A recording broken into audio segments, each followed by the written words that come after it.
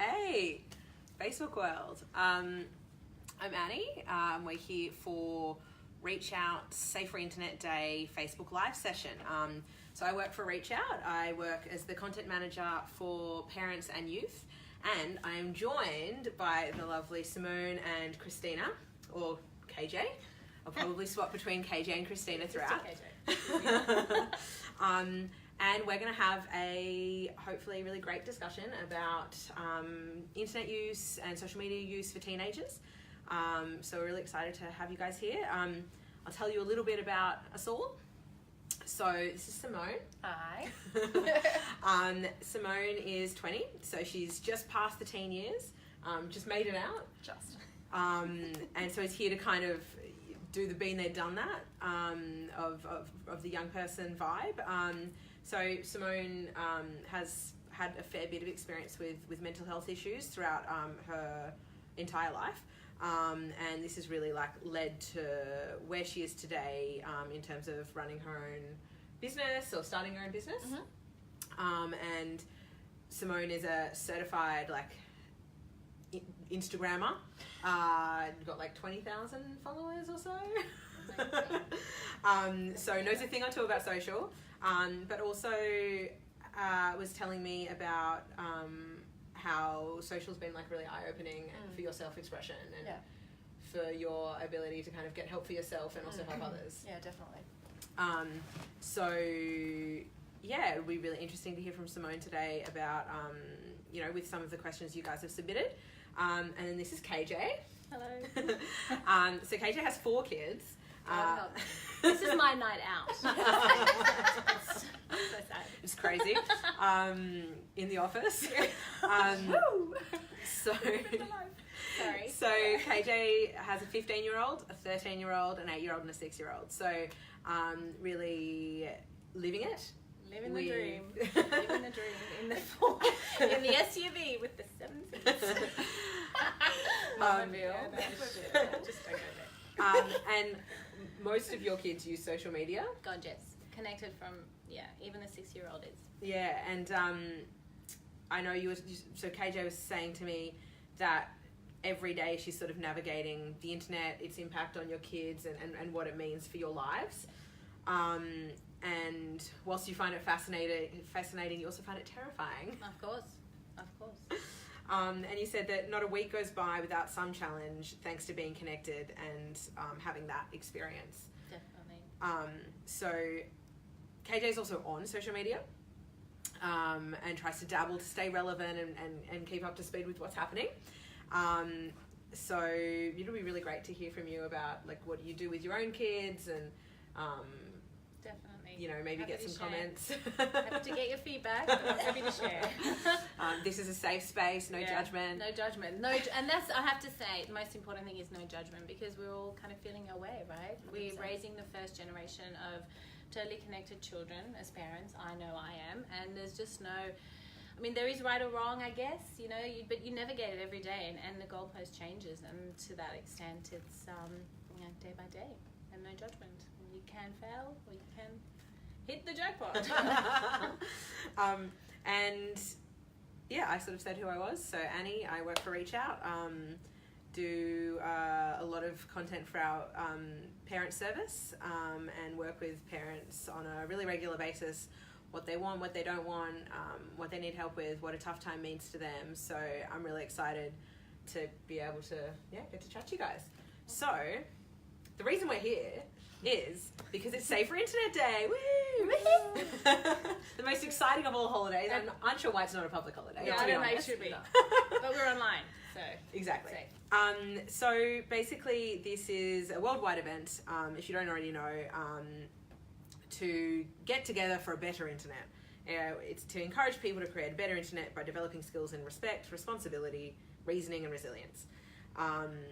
But the other reason I guess we're here is because there's a massive digital divide between today's parents and today's young people. As KJ said, today's young people are the first generation of young people that have actually grown up fully connected online, and that's just not an experience that their parents had. That's, no. And that's, it just isn't. I find it totally fascinating how different they're growing up, and their development and their emotional, their social, and in every way that, you know, the environment in which they are growing up to how I grew up is just so incredibly different, and it's hard for me to sometimes really get my head around, you know, how they form friends and the friendships they keep and how they keep them versus how I did. Well, not you, but me. So it really is just it's a total eye opener, and it's a really scary thing to get your head around, to be honest. So, I guess to start, I'm going to ask you, Simone, why do you use social media?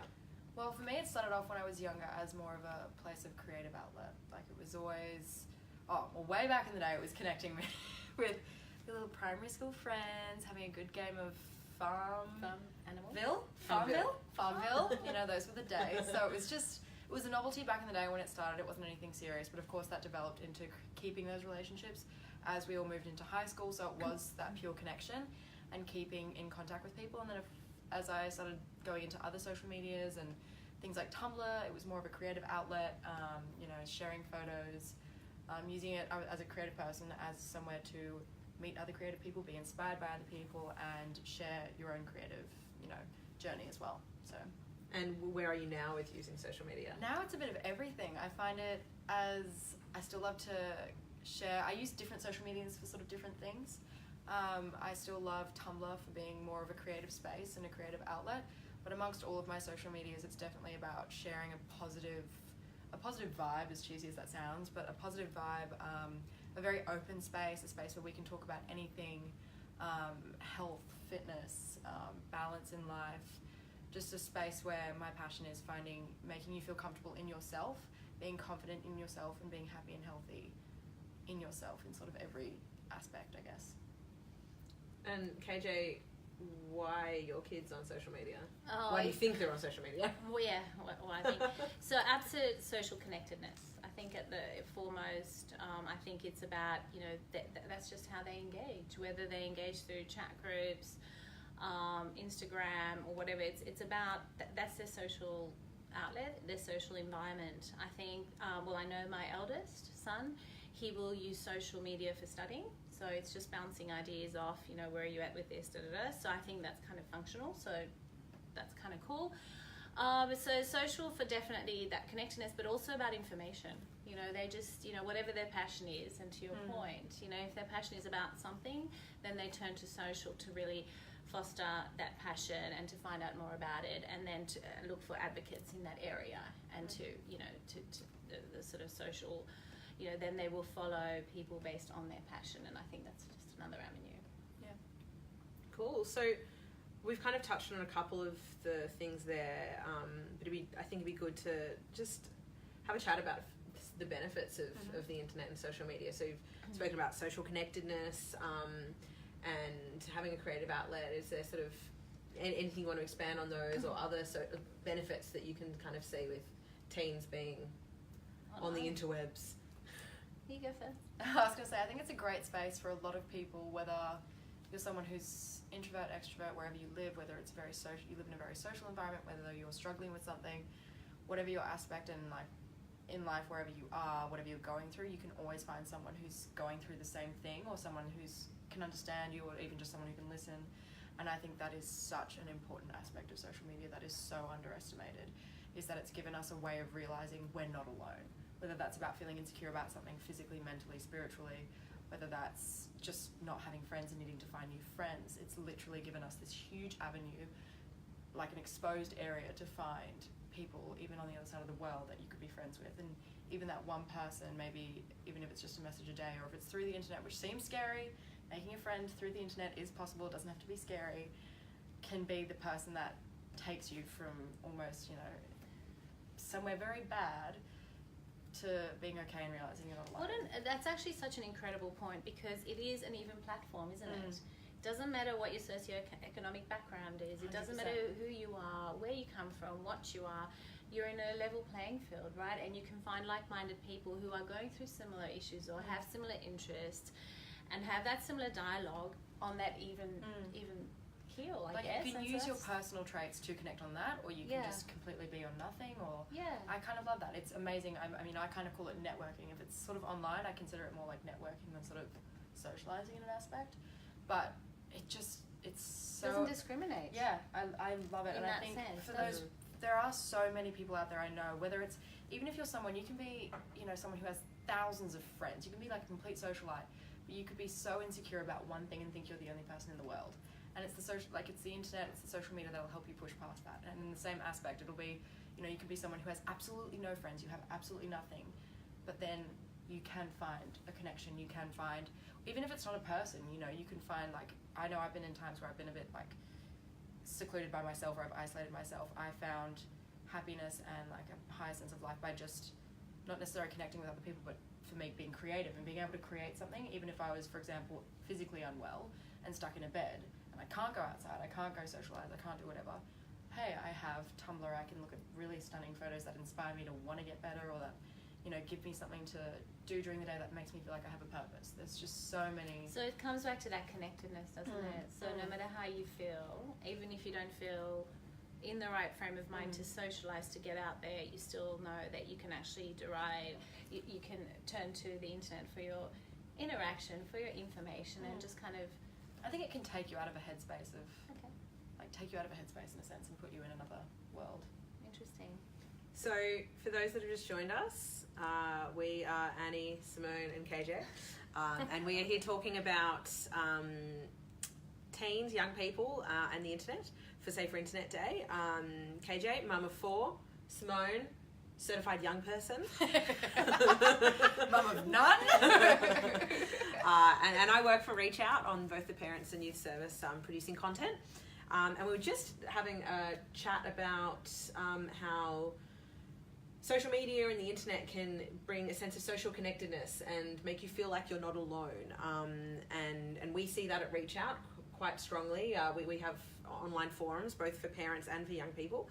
And it gives people the ability to anonymously, in the case of our forums, say something that's up and get some support. And that support might not even be tips. It might just be, I've been there. And the sense of... even just someone listening. The sense of feeling like you're not alone can have a really strong impact on someone. But I think a question that a lot of parents have around this this idea of social connectedness is around safety. So you meet people online.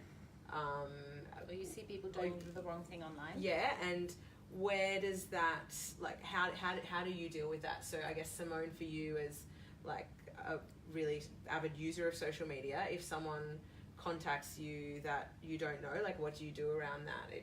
How do you keep things, how do parents make sure that their kids are safe while still allowing them to take advantage of the great things that the internet and social media has to offer?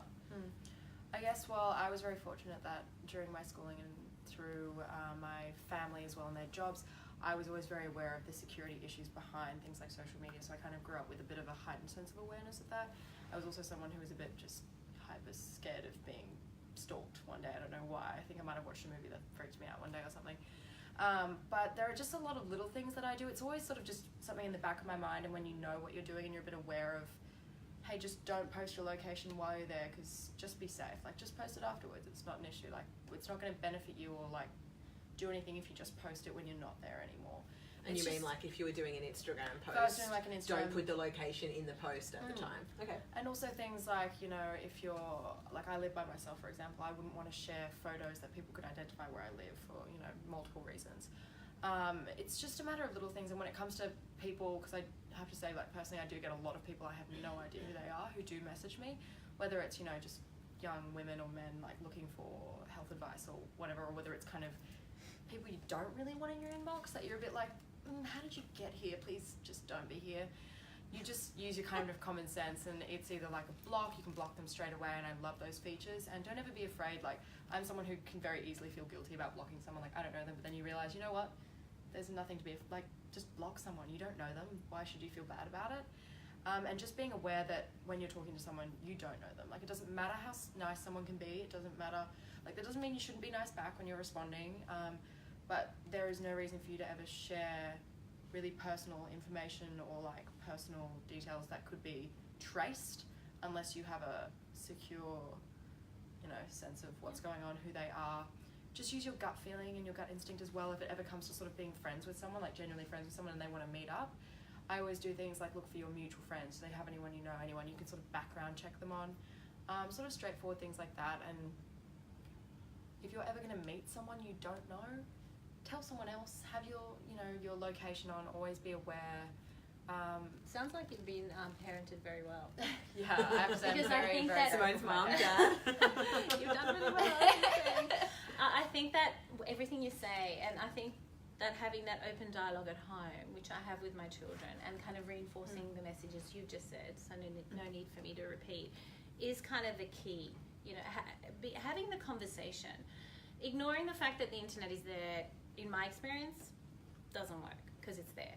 I either embrace it or I limit it, and because it's so much part of my children's lives, I have to look for ways to embrace it and for ways to incorporate it into our life in a safe and meaningful way.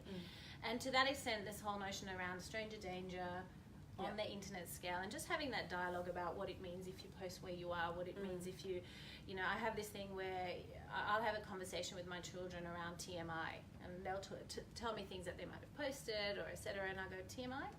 You tell Too much me. information. Sorry, yeah, there's too much information. So I'm kind of trying to get up to speed with the acronyms, but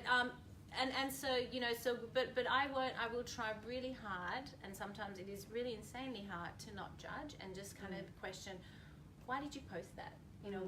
What was the outcome you were looking for? Why did you curate, really kind of position yourself a certain way, and where are you going with this? And do you think X, Y, Z? And so I try to kind of engage with them around what they're doing and why they're doing it. A, so I understand it better, and B, so I have a chance of guiding maybe outcomes in a way, and try and instill a little bit of all the amazing learnings that you've got.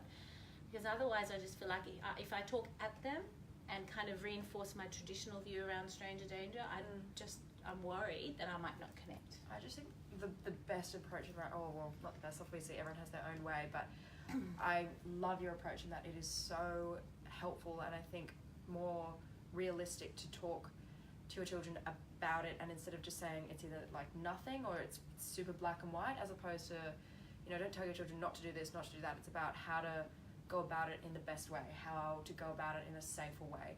Then you can connect with your kids, you can still talk about it, but it's not this whole like, my parents are being Nazis, or like they're being over the top. Like I've had people say to me, I've had that approach where people come at me and they say, you shouldn't do this, you shouldn't do that.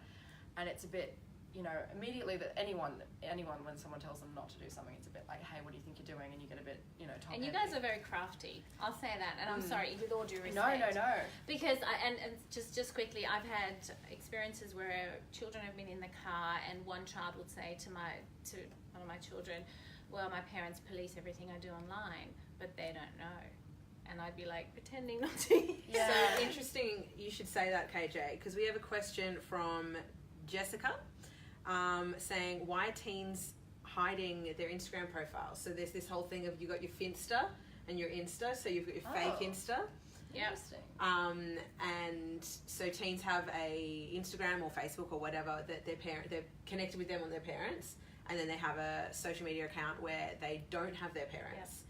That you're nodding in agreement. 100%. And I guess I can only go off by the conversation I overheard amongst young people, because they thought I wasn't listening.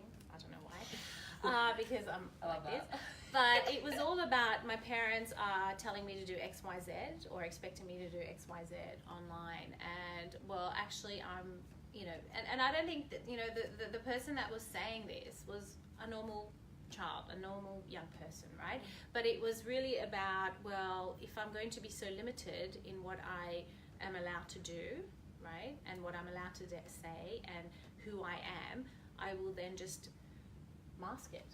I will have another account, and I will have more of an expression of self. Yeah. And it was interesting, like I felt like there were 13-year-old children having this conversation, and I was literally flabbergasted at the level of maturity that I know I probably did not have as far as this sort of mass media is concerned at that age. And so they are crafty, and I know that the more I stop or I prohibit things to happen, the more ways they'll find to have different ways of being connected, and I've got lived experience across the board on that, and so I just, it's kind of caught between a rock and a hard place.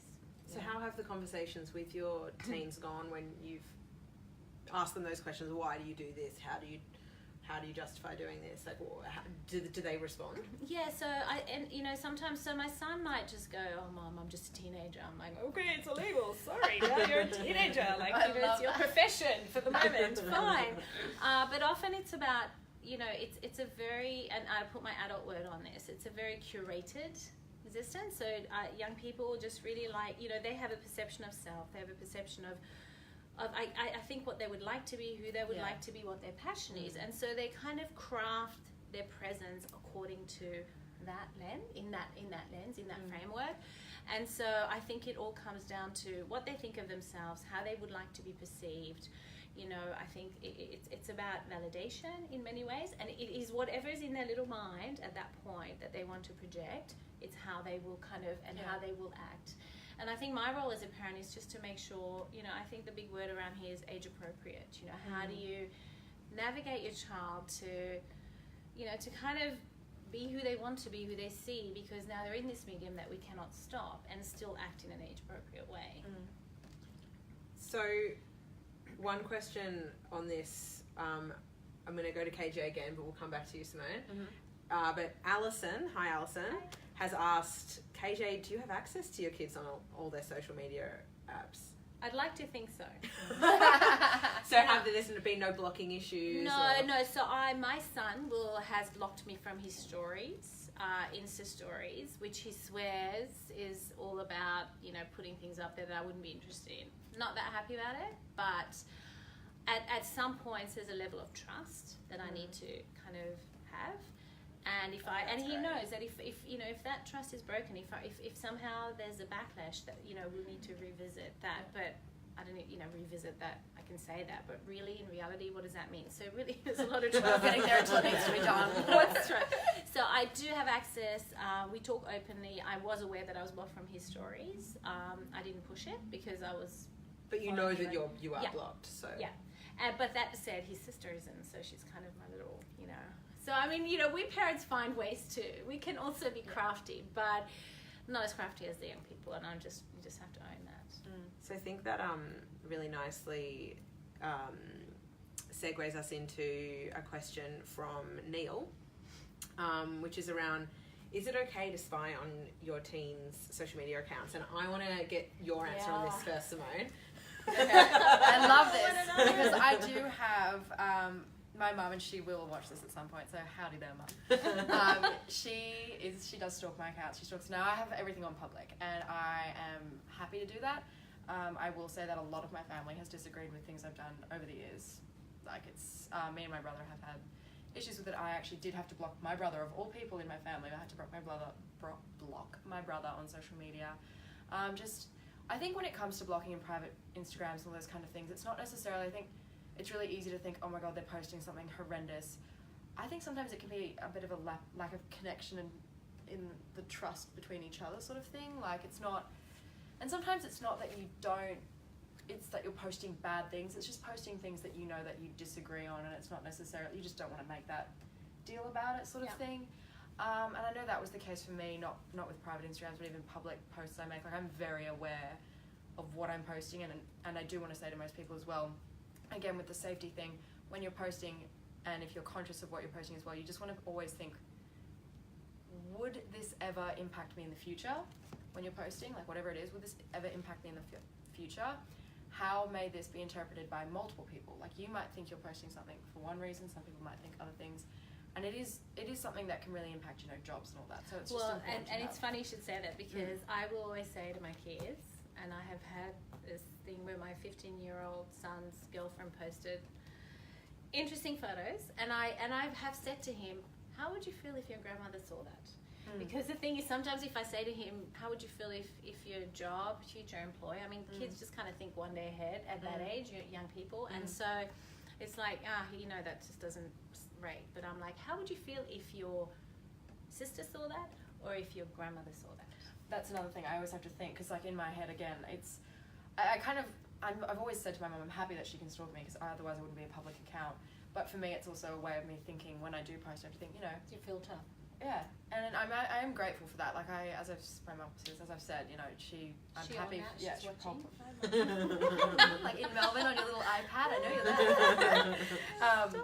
But it's just something you've got to be aware of when you post, regardless of whether you're a private Instagram or not. You know, your photos are there. People can see them. You never know where those people are going to go over the years.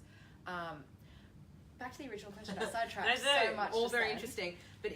Is it okay for parents to I think it's maybe if we remove the word spy, but is it okay for parents to be connected to? Personally, I'm happy. I would much rather be connected.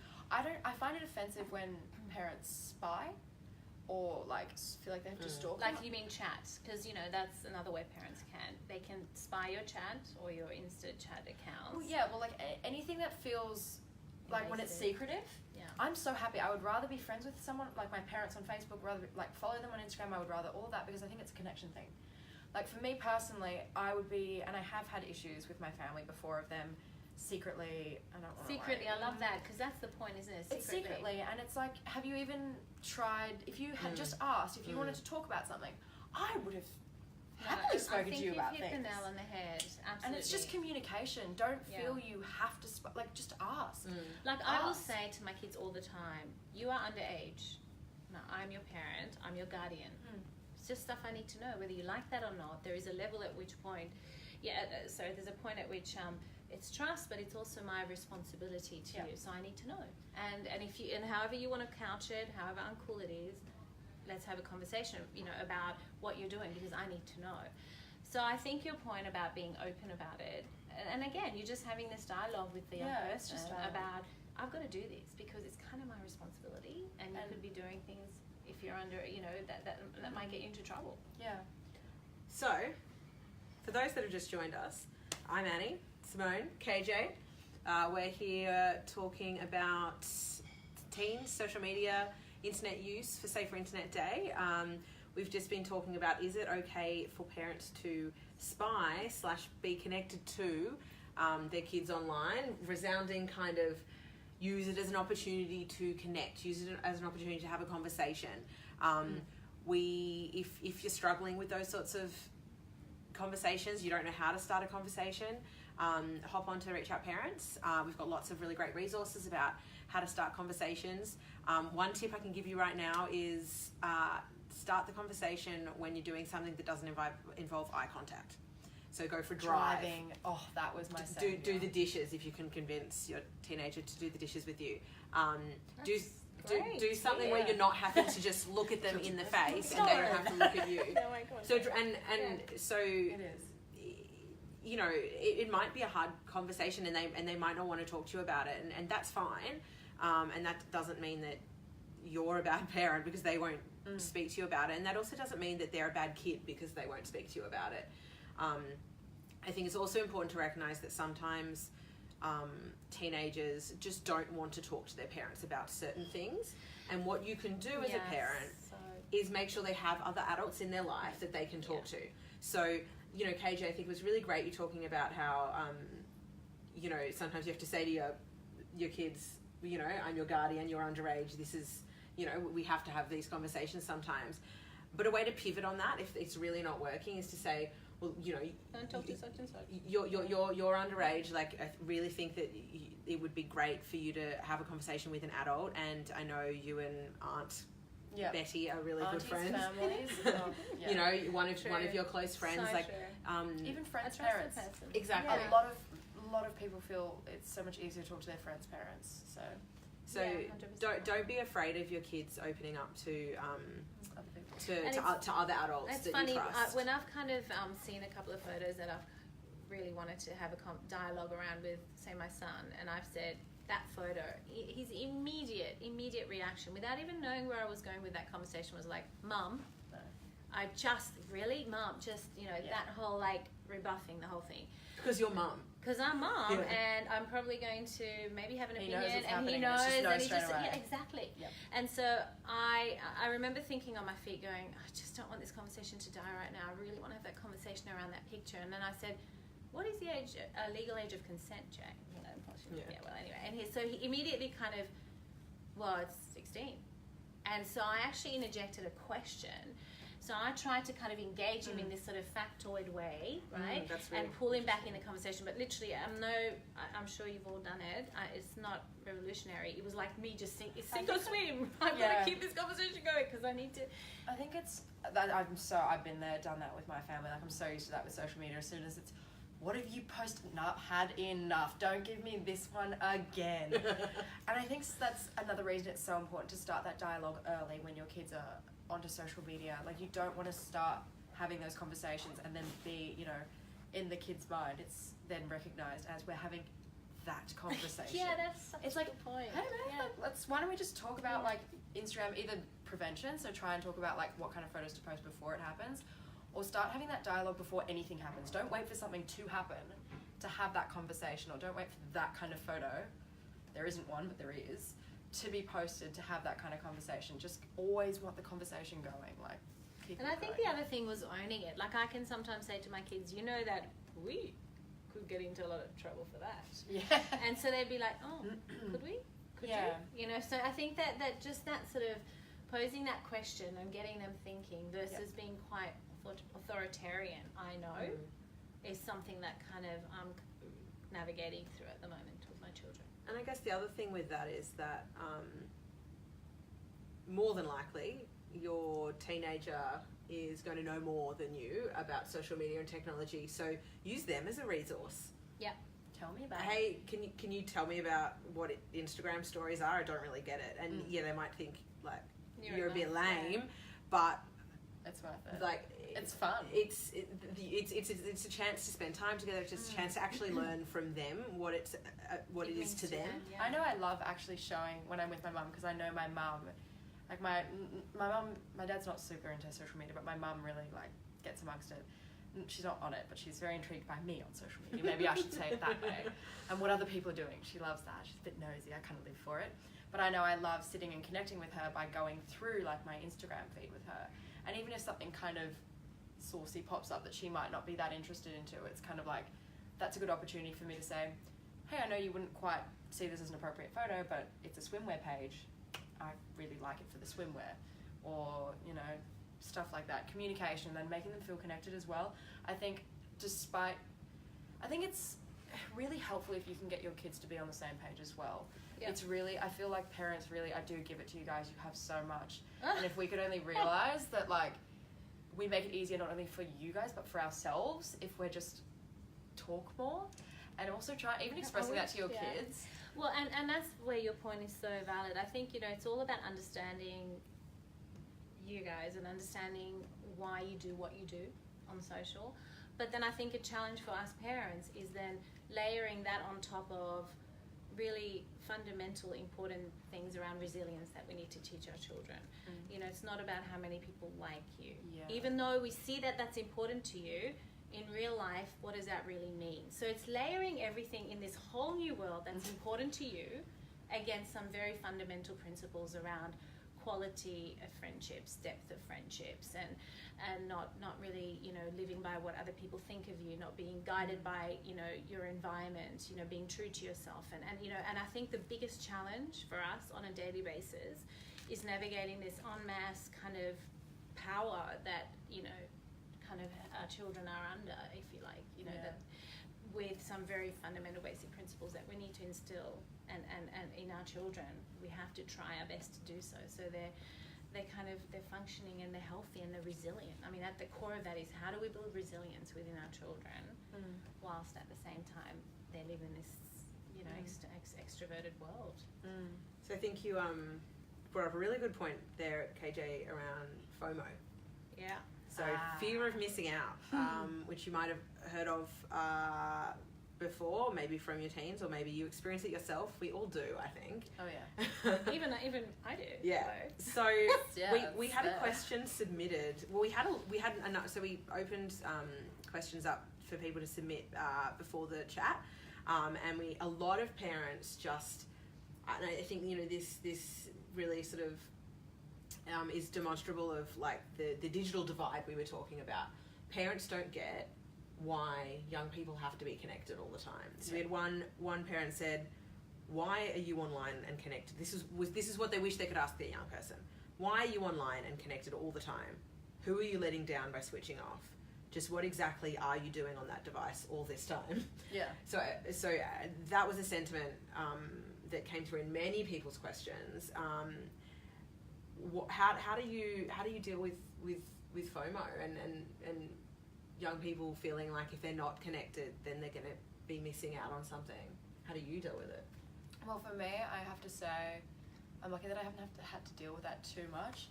When I miss out on something and I'm sad about it, it's usually because I'm sick or if I'm trying to be good and not go out and spend money or do things like that.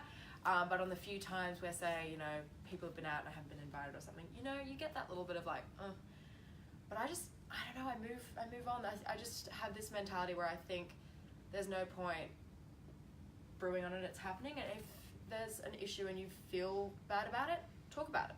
I think communication is the fix to everything, which is ironic because you're on social media to communicate, but I feel so many of us struggle to actually have that communication about tougher subjects to talk about. So maybe why wasn't I invited and things like that. And I think we just have to stop being scared to ask things because we can't know the answers. There's no point constantly stressing or overthinking things unless you're going to do something about it, which would be ask. Don't you think, are today's young people that different to how I was? I went to school. FOMO regardless of right, how you found out. If you were at home, I'm so sorry to admit, but I still had the phone that rings, on the wall or whatever. And I was waiting for it to ring, and then my friends would call, and I'd be on the phone for hours. But I was on the phone on the phone with one person. So what this social media is, what the internet's done, is I can be on the phone with many people. But I'm still on the phone, and my parents would always try to tell me to get the hell off the phone, and everybody was like, when you had two lines, get off the phone, I want to make a phone call. Or you could hear your little brother pick it up, just get off. And I'm like, get off, stop listening to my phone call. I hear you breathing. How is this different? It's just that technology has widened the field. It's made, every day, every phone call is a playground where thousands partake, and that just propels more conversation and more activity. So we as people are acting the same. It's just that technology has changed. And I think that's kind of navigating through that is the challenge. Yeah. So I guess maybe some of that is around balancing your active time and your screen time. And we talk about that a lot at Reach Out. There's a really great article on Reach Out about it. But it's about, as a family, you can do a screen time audit. So all get together, and that means parents and teenagers. Write down how much you're using screens for. So that might be TVs, iPads, iPhones, whatever. What are you using it for? Come together as a group and have a look at those numbers, and then work out, okay, well, what's necessary, what's optional? How does that compare to the amount of time we're spending being active? Yeah. And active can mean lots of different things. Like, active doesn't need to mean going to the gym or playing sport. Like, active can mean, honestly, you can use an app to be active. Go play Pokemon Go. Yeah. Have a run around. There's that zombie run thing, and you're like running from zombies. Chuck some really loud music on and dance in your bedroom for 30 minutes. Active time can also just be walking the dog. Yeah. So there's lots of different ways to kind of balance it. It doesn't have to be either you're in your room gaming or you're playing rugby. There's not black and white. Yeah, they can mean different things. So I think it's a really great thing to do as a family. Lead by example. If you're on your phone all the time, because the fact of the matter is parents are on their phones and. Well, we are, and I mean, we don't. I think that we can often not set the best example because a lot of us are guilty of taking our work to home and just that need. That's a whole different gamut of your employer expects you to be connected all the time, so there's always some pressure to be abreast of what's happening even when you're at home. So I think that trying to stop being connected when you're at home as a parent is leading by example. The funny thing that I grapple with is, you say to your kid, why are you on your phone all the time? And that's the whole thing about this whole convergence of, well, I'm on the phone to either I'm gaming, chatting to my friends, I'm watching something, or your tablet, I'm watching something. So, at now, this device has become everything. Or I'm doing my homework. That's right. Yeah. It's not all just social media. That's right. And even if So- it is, it's not just. So what are you on right now? How does it? And that's, I think, to your point about actually mapping that out and saying, Yeah. okay, well, what does that look like? This Break device it down. represents this TV, homework, social, da da da. And I think that's where it kind of gets, for me, a bit confusing, and also across 4 children going, okay, okay, you're doing your homework, okay, you're doing makeup, YouTube, all right, okay, so that's your. James Okay, Charles. that's your, yeah. I know, right? We had to get the palette. I had to order from Morphe. I know. I am a Okay, this sucker. isn't an advertorial for makeup. Yeah, no. I love that. Well, anyway, Hey sisters, how you going? Yeah.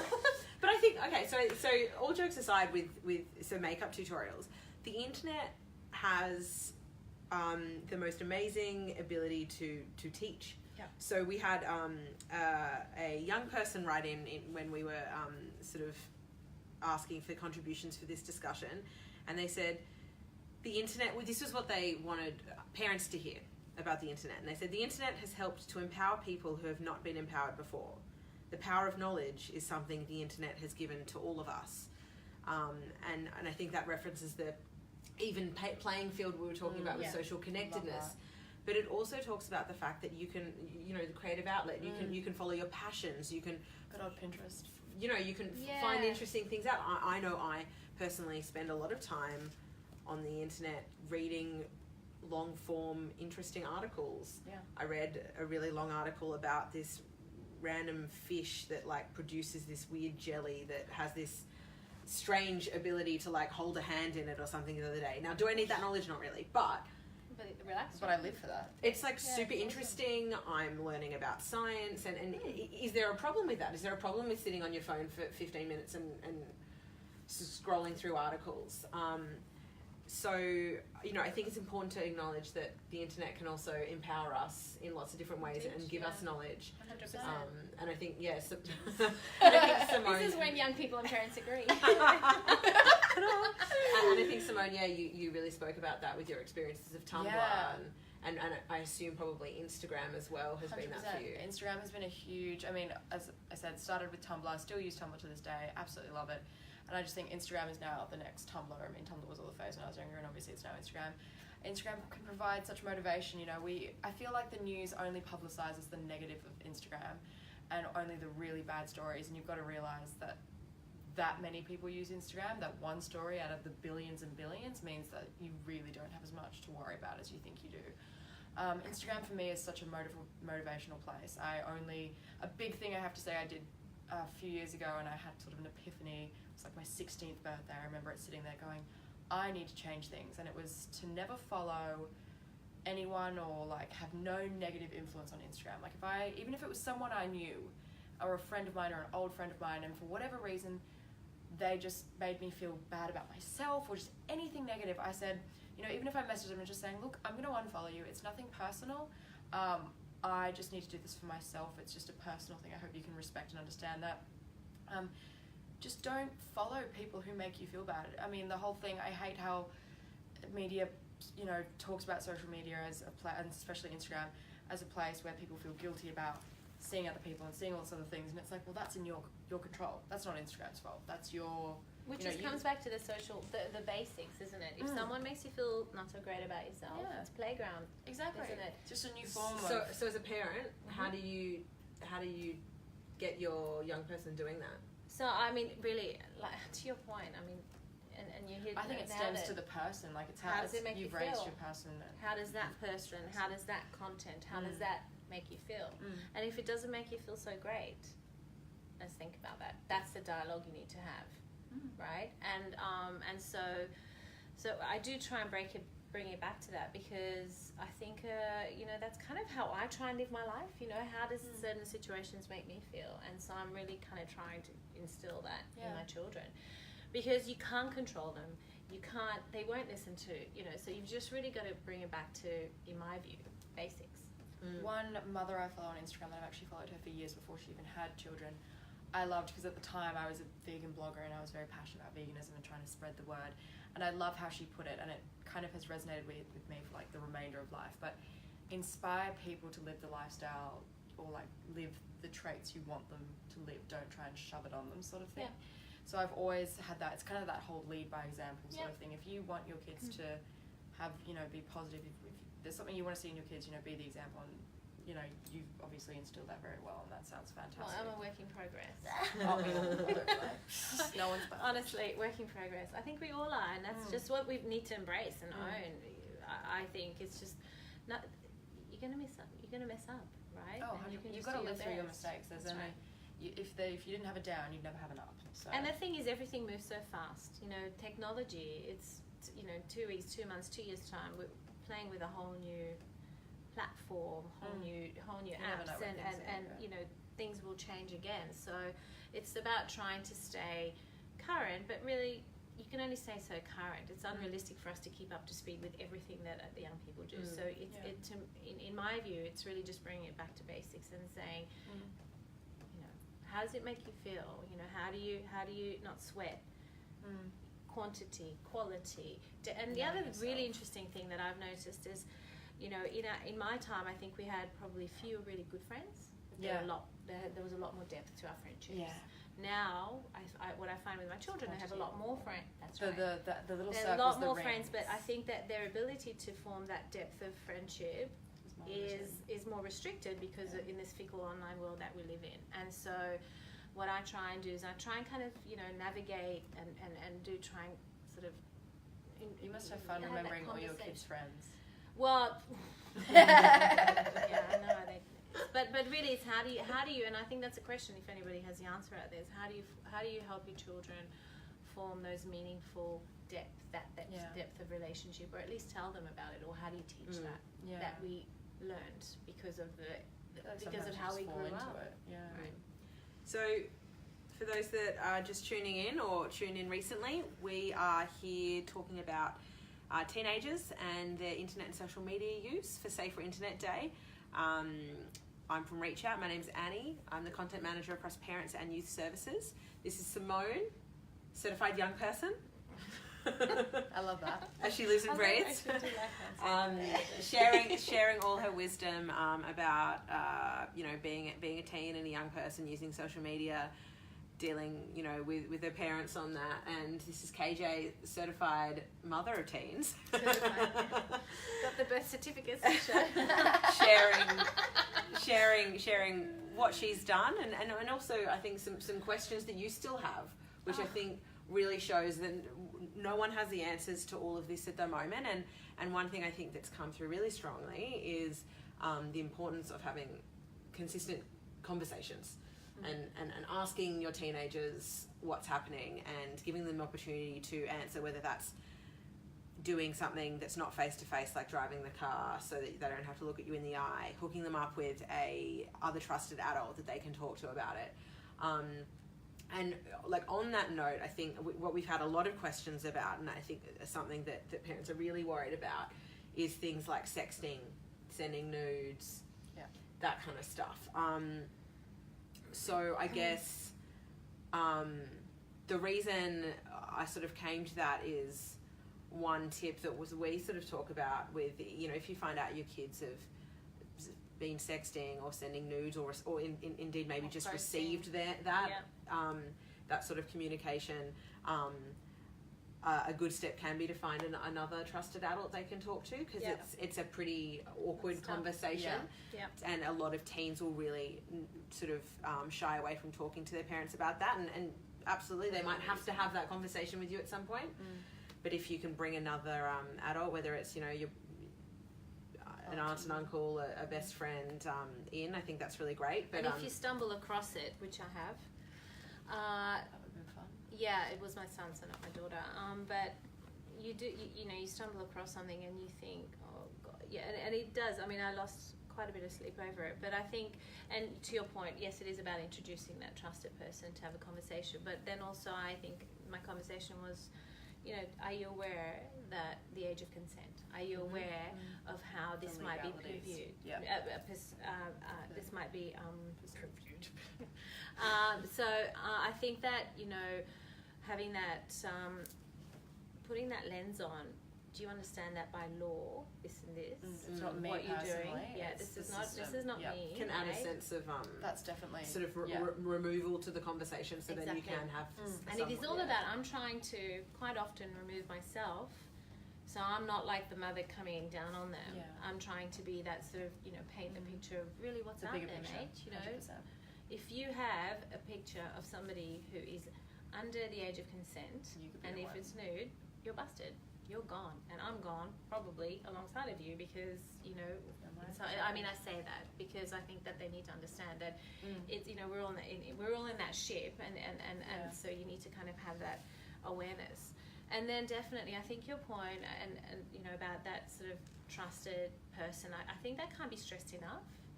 And that's where the depth of relationships comes in. You know, that, you know, not everyone has extended families, but you know, how do you then introduce that sort of mentor, that positive role model into It might be someone. It might be a sports coach. It might be someone at your church. You know, it might be someone that they only connect with online. So it might be an overseas relative that they can Skype with or send WhatsApps with. Grandparents, friends, parents. There's sort of lots of opportunities to try and identify that for your kid. Even and I think it's like you invaluable. said, friends, parents. Friends, parents, I find that's the easiest way for a lot of Interestingly, I've people had to connect quite with. a few of my kids' friends talk to me in that sort of real, you know, exploratory kind of fact-finding way, and you do. So it's, you know, and I hope that my children do the same. I think it's really, I know for me personally, it was always such a lovely thing when I was younger, because I know I am quite different to both my parents. To be able to connect with even my friends' parents was always such a nice experience. So both encourage your children to be friends with your, and that's also, you can also, like, secretly, I feel bad for saying this as a teen, but as a parent you could talk to the other parent as well, and just, you know, they don't have to share. I wouldn't go as far as like sharing everything that your child may have said to them, but as long as, you know, the other parent can say they're okay, don't worry. Yeah, and I think that's where I think there's that parent sort of trust, or, you know, you hope that every parent does the right thing to some extent. Where if there's real red flags being discussed, that's fed back to the parent. Which 100%. I've had, and 100%. I've done back. And I think that, you know, it's up to, I guess, you know, you are left with, you know, processing the information you're told and making sure that you're kind of not feeding back something pretty important. Yeah. And then feeding back something if you know, if there is a red flag, or if there's something that's 100%. important that needs to be fed back. And I just hope, and there's a bit of a trust, you know, you just hope that comes back your way, you know, if you know, if the situation was reversed. I guess with this sort of topic, but I think it applies to things like cyberbullying and trolling and all of the sort of the sometimes rare but negative things that happen online. Do you think this is sort of a theme that came from the parents that submitted some questions? Do you think young people are fully aware of the permanency of what is online, that if they comment on something, that it can exist forever? If they post a photo, it can exist forever. I mean, in your experience, do you think young people fully comprehend that? I don't think anyone really can fully comprehend their own, you know, choices unless something bad really happens, which is why I do think it is important for us to, like, make mistakes and learn from those mistakes. And I think as well, we've grown up so much with parents just drilling that, or schools drilling it. You know, it's there forever. No, it's just the same thing, and it just goes in one ear and out the other. Such a good point. Because you've said it so many times, again, no one wants to hear it. So I think it's so important to think about, you know, more positive ways of having those conversations. I just think whenever a parent or an adult or schools, most of the time, not all the time, some people are great, but like when they're having those conversations, it's always the same things. It seems like you're getting a drilling. It's so much better to do, for example, what we're doing now, and have a discussion about it. As well as hearing from a young person, I know it's always the things that have hit home for me of the permanency, and I've had quite close friends many years back have issues with nudes. A number of my friends, it turned out to be spread among schools, a huge thing. The police got involved, and it's not until times like that, you know, that you really realize how dangerous it all is, which is why I think it's so important to, you know, if you're a school, if you're a family, to hear stories, but not in a sense, like if you're a parent doing it with your child, you don't want to hear that news story where it's like, did you see the news story about this chicken? It's like, oh my God, here we go again. So true. So how can they do it? I think the best way to talk about it is like having not going at, if you're doing it as a parent to a kid, I'd be like, let's talk about it. Let's sit and have a discussion. Go get a coffee together. Do something fun. First of all, that's like the first thing. You want to create a positive space before you talk about anything. Because first of all, if you're in a crap space and that kid's gonna you then bring in that subject, he's gonna be like, not a bar. I'm just leaving. Go do something fun, and then maybe you're both on your phones for a second and be like, oh, I just got a little news article. This poor girl. I always think that best way to get your kid to hear is for them to feel it's more relatable. Find someone you know who's had an experience. See if they've had a friend who's had an experience. If you're doing it with talk about their own experience. Oh, 100%. That would be the best. I mean, so you go. Oh, no, you go. That's fine. No, I was just going to say that I think I will always, like I do say to my kids, look, you haven't reinvented the wheel of stupidity. Like I will say that to my kids all the time because I've done it, your father, everybody's done it, we all do it. That's life. It's just the legacy that your stupidity leaves, just to keep on your radar. And I think that, so I kind of sort of say around, it is, there is this, there's no timestamp to your stupidity. It can live in perpetuity if you have it online. But the thing with young people, and I think that's just, how they're wired, is they don't think a month, 2 months, 3 months ahead. They live for the day. So for me to say, it will be there forever when you're looking at a job, I'm like, a job? I'm just trying to get through year 8, year 9. Like, that's just like, it does not even compute. I think it's so much harder at younger ages. Like, I'm lucky that I had a lot of this ingrained in me from my mum, who is senior in her job. So she, has always had that, you need to think about your bigger picture, always. But it's really hard, I can imagine it's really hard to get those into younger kids.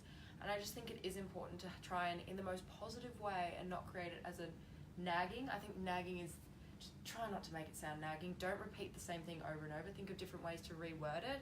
Think of positive ways to talk about it. Try and have discussions. Slip it in there real sly in a different way.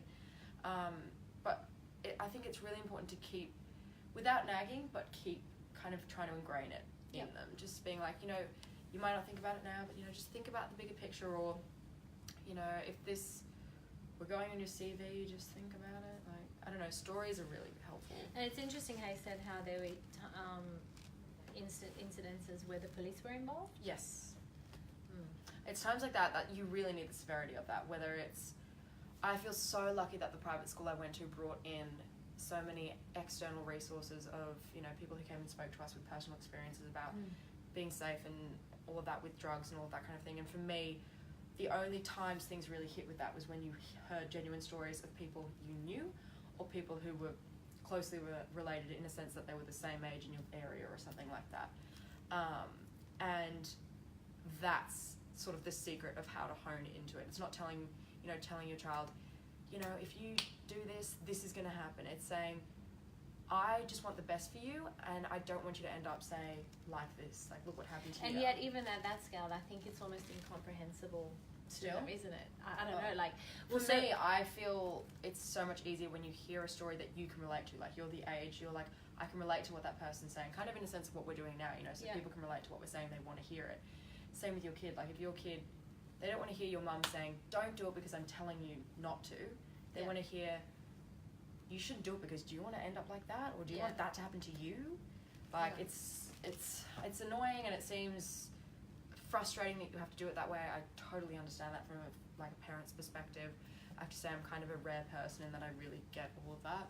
And like, most kids would just be like, and I've been like that. But that for me was the thing that's how it hit me, was when I heard about other people having such severe, experience. Whether it was, for drugs, it was things like that. I was never never into any of that anyway, but, when I got worried for my own friends and family, actually, like, that's how bad it got. I was like, I don't want any of you doing anything because that person died. I don't want any of you to do that, you know what I mean? And so that's actually definitely like a tip that we'll give to parents, is to use things that happen in the media, a film that might come out, an article that you might read, to spark conversation so that it is relevant. It's like you're up to date, you're actually referring to real things, because I think that what we see in our services is that so we know that there's a digital divide, and then that digital divide can also be amplified by not using relevant examples when parents are wanting to talk to their teenagers about things, and that can really amplify that divide, so that teenagers just glaze over because they're like, mum doesn't know what she's talking about. But if mum does know what she's talking about because she's actually referring to something that's happened last weekend to a 15-year-old in northern Queensland, then it actually creates something that's really tangible and really relevant to the young person that you're talking to. So we've got not a lot of time left. In fact, we're a little bit over 9 o'clock, but we'll have one more question from the audience. So if anyone who's just tuned in, we're about to sort of start wrapping up for our Safer Internet Day chat about teens and social media. I'm Annie from Reach Out, Simone, certified young person, KJ, certified mom of teens, multiple. So we're going to take another question from our audience. Which one should we go for? This one's from Neil. How do you talk to? So we'll start with you on this, KJ. How do you talk to teens about what's real and what's not on social media? That's such a good question, Neil. That's super interesting. I like that. So, I mean, it depends on the context, you know. If it's something that and the context being, you know, what the subject matter is that is brought to my attention, and indeed what the impact it's had on my child. So if they see something horror, if they see something that's probably age inappropriate, certainly around porn. I mean, kids are unfortunately exposed to a lot of porn way earlier than I think we were. And I think putting that context of make-believe, it's a movie, is kind of how I position it. So if they see something super scary or maybe super, like I said, inappropriate, I will just say, you know, that's acting, that's make-believe. So I think I will always try and sort of start off that base of, it's not exactly real. And often, and because I've kind of always done that, I'll say, well, and I will always say to them, well, what do you think that is? You've seen, you know, if that scared you, and they'll go, I know, it's not real. And I said, well, okay, well, would you like let's have a further conversation. Let's have more of a dialogue around that. Certainly if it's something very sexual, I'll just say, it's not real, it's not what real love is, or it's not what and then kind of progress from there. That's I like that. Do you find, Simone, that you're ever sort of stuck between posting things that you know are real or that you kind of curate for your audience? So accurate. Well, okay, for me personally, like, I pride myself on posting really real things, like photos I want to post for me, not to try and create this perception.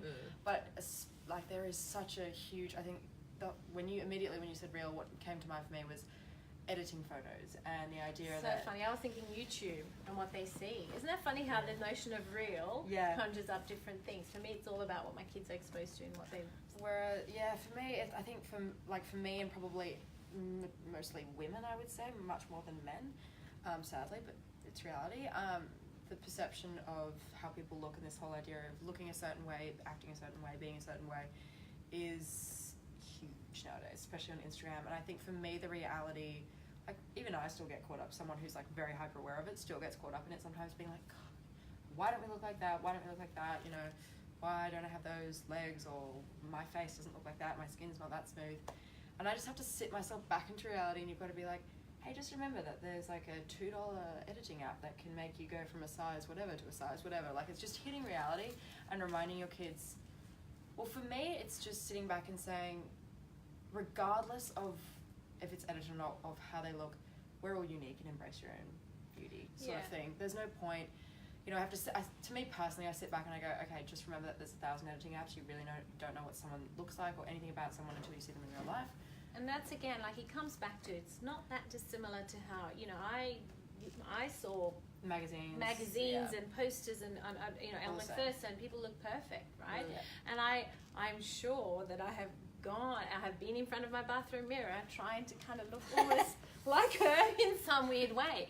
But the difference now is that kids can do it. Yeah. You know, they can take that photo of themselves. They can actually look more like that perfect vision that they see elsewhere, or they see with by their social influences or whatever. And so they have been enabled to do something about it and post it. I wasn't. Yeah. So the actual motivation, the actual drive, the actual basic is not too dissimilar. It's just how we're able to act on that impulse and what is quite natural to kind of. And you have those conversations with your kids about. Yeah, I mean, look, the self-esteem issues behind that. Yeah, and I will say, you know, why you? Because my daughter went through a whole phase of she would only post like her back with like her hair doing this and you know in a certain way, and I'm just like, and I just said, so is this your phase right now? This is because, and she's like, yeah, because I feel conscious of this, this, and this, and this. So we had that conversation. I mean, I'm sure I was very clumsy, but at the same time, it was about her curating, right? Yeah. Her feeling insecure about something, and it's just a natural, you know, we go through we this do it every day in life, we're growing up, right? And everything. Every day, you know, it's an emotional roller coaster for young people. So it's however they feel about them at that time, they will try and put their best foot forward because you can, and they are trying to get validation on that best foot, which is again natural. It's just the medium that's enabled it to kind of be taken to that nth degree. I think the best way to go about that, honestly, is just like if I can think, if I felt self-conscious, and I've been there so many times, like I've gone through all different, both physical phases, mental phases, you know, been everywhere in my size and shape in all different ways. And the best thing and the best message I feel you could ever give anyone, regardless of age, regardless of whether you're a parent or whether you're whatever age, is just to, you know, say you're beautiful in yourself. And I feel like taking away that whole physical element as well, and just thinking, you know, love comes from within. It's not about necessarily what's on the outside, and making people feel comfortable in their skin. I mean, that's what I am so passionate about, especially, and that's where I want to take my online presence, is helping people find that. And I just think that's what it's all about, just telling people, you know, we're all unique. Why would you want to look like someone else? You know, that's what makes us who we are. Like, love yourself for that. And yeah, you'll go through those phases. You know, we all go through phases. We won't post photos. We won't wear this. We won't do that. But, you know, you can still be working on yourself during those phases and embrace the good days, fight harder on the bad days. And I always say to my kids, you know, particularly my daughter, you know, I know you want to look your best, we all do, but you know, it's also subjective, and around every corner you might think there's someone better or someone this or someone that, and then if you keep looking around every corner, you'll be more busy looking around the corner than actually being happy. I had a revelation where I was like, would I, because I don't know, I've been through stages, still do it sometimes, but it's just like, I'm not going to go to the beach because I feel gross and just ate a pizza, like it's not happening. And then I think, when I'm on my deathbed, would I rather have gone to the beach, or would I rather have been sitting at home caring about what I look like? You'd rather be in the moment than caring about what you look like, and you feel, in most situations, a lot happier when you're just actually enjoying life, as opposed to feeling self-conscious about how you look doing it. Yeah, and I think like a lot of that is, you know, that's what gets played out on social media. And so it's having those conversations about body image with your young person. We've got heaps of really great resources on Reach Out Parents about that. So definitely hop on. We'll get those links posted in the comments below the video. But yeah, thank you so much, guys, for coming in and having a chat. We've covered a lot of ground, from body image to sexting to driving in the car to have good conversations. You know, we've spoken about different resources you can use, different ways to have conversations. You've both shared incredibly candidly and generously, and we really appreciate that. So thank you so much for tuning in, everyone at home. Happy Safer Internet Day. And yeah, we'll post some resources in the links below.